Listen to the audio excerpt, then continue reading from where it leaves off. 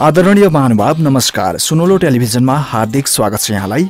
आज म तपाईँ समक्ष वर्तमान राजनीतिक घटनाक्रमको सन्दर्भमा पूर्व जनमुक्ति सेनाका कमान्डर जानुका धमला सन्ध्याको विचार प्रस्तुत गर्दैछु। युरोपमा बस्दै आउनुभएकी सन्ध्याले निकै कडा चोटिलो विचार पठाउनु भएको छ। उहाँको सबै विचार सुनेपछि कृपया तपाईँको विचार पनि लेख्नुहोला। अब क्रममा जानुका धमला सन्ध्याको यो विचार। महत्त्वपूर्ण तथ्य के हो भने जब आफ्नो देश हाँस्छ, देशबाट पलायन भएका आप्रवासीको मन पनि हाँस्दो रहेछ। देश दुख्दा देशबाट विस्थापित भएकाहरूको मन पनि दुख्दो रहेछ। मन आखिर मन नै त हो, दुखाउँदिन भन्दा पनि दुख्दो रहेछ। घरका मान्छेसँग कुरा गर्यो, साथीभाइसँग कुरा गर्यो, छरछिमेकसँग कुरा गर्यो, जब सबैले निराशा मात्रै अभिव्यक्त गर्छन् त्यसबेला कटक्क मन खाँदो रहेछ। पछिल्लो हप्ता त्यस्तै भयो। झन्डै 15 वर्षपछि कोही हालखबर सुन्न आए। कोहीले अब के गर्ने भनेर सोधे, कसैले के सोधे, कसैले के सोधे। भाइ साथीले के गर्ने भनेर सोधे, अग्रजले के गर्छौ नानी भने। मलाई लाग्यो म फेरि सग्लो जीवनमा फर्किएको छु। बाँचेको जस्तो अनुभव हुनु भनेको कसैले त पनि छस् भन्ने पनि हुँदो रहेछ। त्यो 8औं आश्चर्य थियो। जबरजस्ती निर्जीव र प्राणहीन बनाउन अभ्यस्त हुँदै गइरहेको राजनीतिक यात्रामा अनपेक्षित प्रश्न ओरिएपछि सोच्दिन भन्दा भन्दै पनि सोच्नै पर्ने रहेछ। परिवर्तनका खातिर जीवन र मृत्युको कफन बाँधेर महासमरमा होमिएको छापामार भएको नाताले जसले जे प्रश्न सोधे ती सबैको उत्तर त मसँग थिएन, तर मैले भन्नै पर्ने धेरै कुरा थिए। जसले सुन्नै पर्ने हो तिनले त सुन्दै सुन्दैनन्, त्यसैले लेख्नै पर्ने परिबन्ध बाँधियो। नेपालमा जात्राको कमी छैन। कहीँ केही नभए पनि हाँडी गाउँमा जात्रा चलिरहन्छ। त्यो सांस्कृतिक जात्रा भयो। तर राजनीतिमा पनि नेपालमा जात्रा कुनै न कुनै बेला सुरु हुन्छ।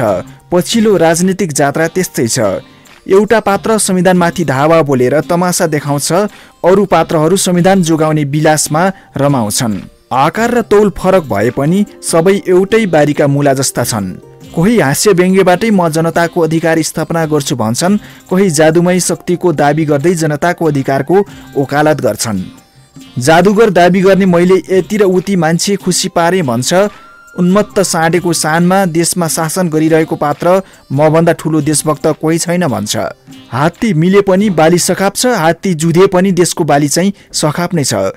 हिजो तिनीहरू एक हुँदा पनि लछारपाटो केही थिएन, आज अलग अलग हुँदा पनि लछारपाटो लाग्ने केही देखिँदैन।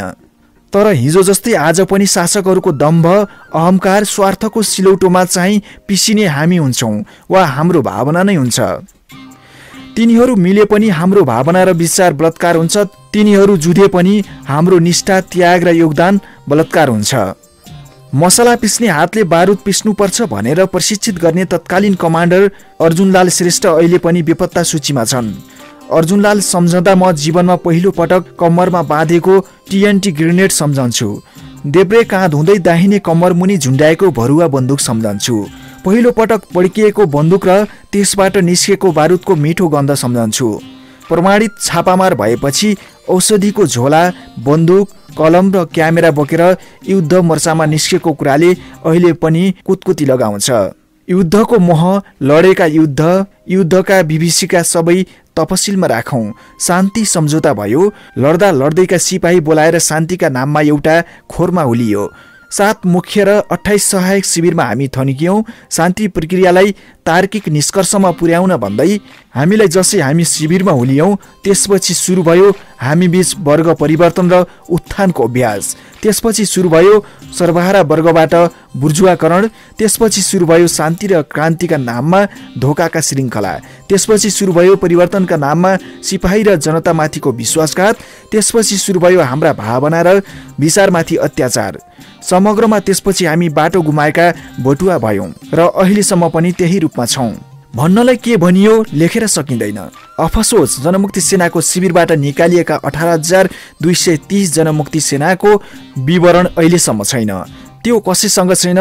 माओवादी केन्द्र, नेकपा हुँदै अहिले सडकमा गाईजात्रा देखाइरहेको समूहसँग पनि छैन र आफूलाई क्रान्तिको उत्तराधिकारी दावा गर्ने तथाकथित कुनै दल वा समूहसँग पनि छैन। हामीसँग सबै विवरण छ भनेर आउने कोही छ माइकालाल? पक्कै छैन। यो महिना नेपालमा राजनीतिक जात्रा सुरु भयो। जात्रा के सुरु भएको थियो? केही अस्वाभाविक तस्बिर देखिए। नामबाट बदनाम भएका हाम्रा कमान्डर कालीबहादुर खाम लुसुक्क बालुवाटार छिरेर प्रधानमन्त्री केपी ओलीसँग मुख्य 4वटा माग राखेर माओवादीका पूर्व लडाकुमा छिर्ने अभियान थाले। यो अभियानका अर्का अभियन्ता थिए रामबहादुर थापा बादल, जसलाई हिजोका दिनमा माओवादीका पूर्व लडाकु भन्दा छोरीका लागि दीप बस्नेतहरू प्रिय हुन्थे। तिनीहरू हठात बौरिएर जमानाका माओवादी लडाकुहरू खोज्न निस्किए। 1 दशक आधा समय पुगेपछि जादुगर क्रान्तिकारी पुष्पकमल दाहाल उर्फ सुप्रिमो प्रचण्डलाई पनि ऊ जमानाको जनमुक्ति सेनाको याद आयो। हठात 12 वर्षमा नफर्किएको खोला 15 वर्षमा फर्किनु अनौठो थियो। अनि सुरु भयो सम्मोहनका बाणी, अनि सुरु भयो वीरताको गाथा, अनि सुरु भयो जनमुक्ति सेनाका भूमिका, अनि सुरु भयो बनावटी प्रशंसाका गाथा, अनि फुस्क्यो आश्वासनका पोका, अनि मागे साथ समर्थन र सहयोग। प्रचण्ड त्यसै प्रचण्ड भएका होइनन्। त्याग र बलिदानको पहाड चढेर चाहिएको बेला हाँस्ने र चाहिएको बेला रुने कलाले प्रचण्ड भएका हुन् भन्छन् मेरा सहयोद्धाहरू। हो कि जस्तो लाग्छ। हिसाब गर्दै ल्याउँछु, जसले शहादत प्राप्त गरे तिनका परिवार पनि बिलख बन्दछन्। जो घाइते अङ्गभङ्ग भए तिनी पनि जीवन मरणको दोसादमा छन्। जो बेपत्ता भए तिनको पनि कुनै खबर छैन। जो अयोग्य करार गरिए तिनलाई पनि कुनै सहानुभूति र सहयोग मिलेन। र 15 वर्षपछि निर्जीव रूपमा पालुवा किन पलायो? निर्जर बालुवामा सिंचाइ कसरी भयो? अचम्म लाग्छ। सत्तामा र सत्ताको वरिपरि हुँदा ऊ जमानाको जनमुक्ति सेनाको डेपुटी कमान्डर भाउको ब्याज खाइरहेकाहरूलाई अनायास कसरी स्मृति पलायो?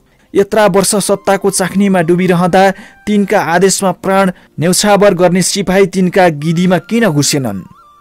परम्परागत राज्य सत्ताले छाती तौल उचाइ नापेर बनेको तलबी सेना थिएन। त्यो विचार र सिद्धान्तबाट निर्देशित राता सिपाही थिए तिनीहरू। हाम्रा कमान्डरहरू हिजोसम्म पार्टी नेतृत्वको नोकरशाही बनेर रमाए र जसै तिनीमाथि सङ्कट मटारियो अनि थाले जनमुक्ति सेना खोज्न। पश्चिममा पुगेर जनार्दन शर्माले मचाएको कोकोहलो यही होइन? भनिदिने कोही छ भने हाम्रा तत्कालीन सुप्रिमोलाई भनिदिए हुन्छ। 12 वर्ष अगाडि अन्मिनले अयोग्यको ठप्पा लगाइदिएर गोजीमा 10,000 हालिदिएर निकालिएका तिम्रा सिपाही आज फेरि तिम्रा लागि कसरी योग्य हुन्छन्? कलिलो उमेरमै वर्गशत्रु खत्तम गर्न भर्ना गरिएका तिम्रा 2,973 सिपाही अहिले कहाँ के गर्दैछन्?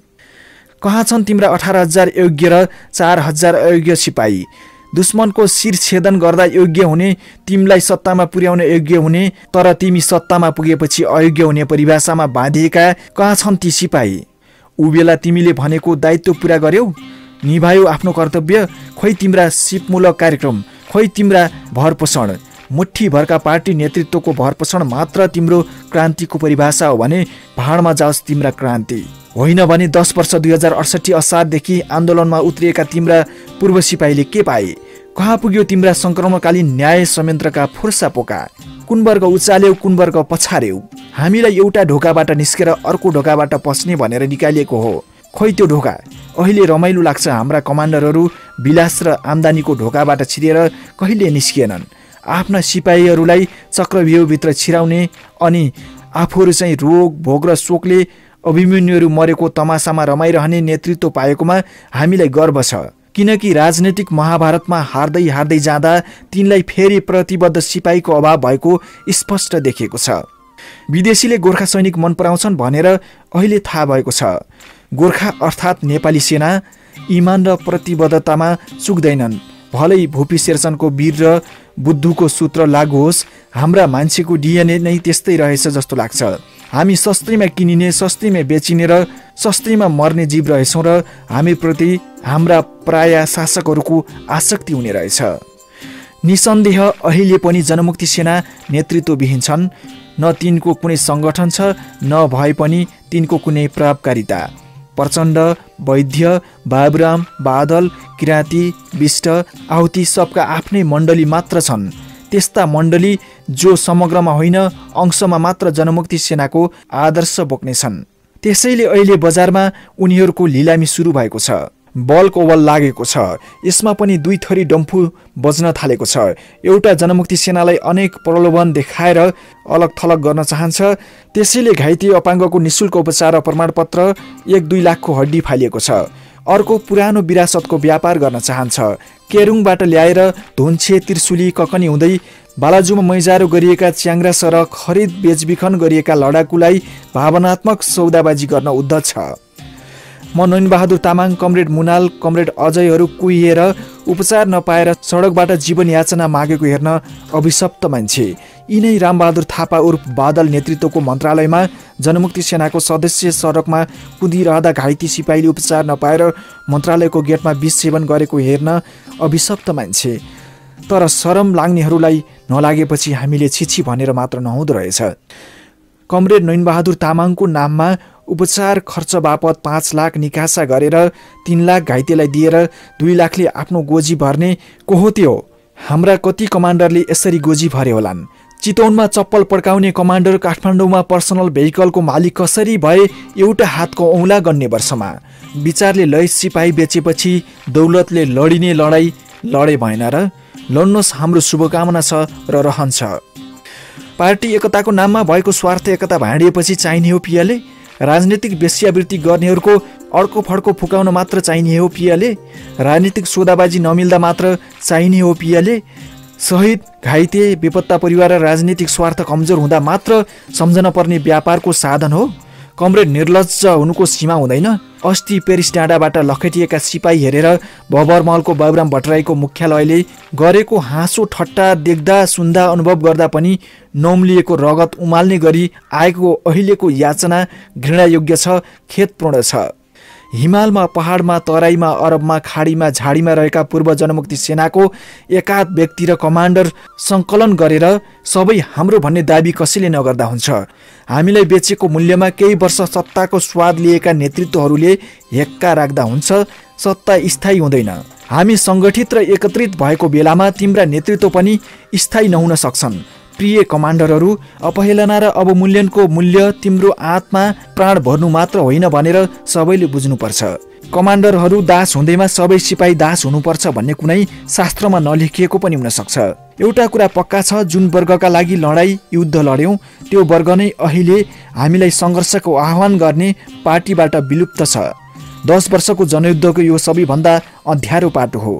हाम्रो अवसानमा उत्सव मनाउनेहरूले उनीहरूले अनुभव गरेको सङ्कटमा व्यक्त गरेका कुरा छदम्बेस होइन भन्ने कुनै आधार छैन।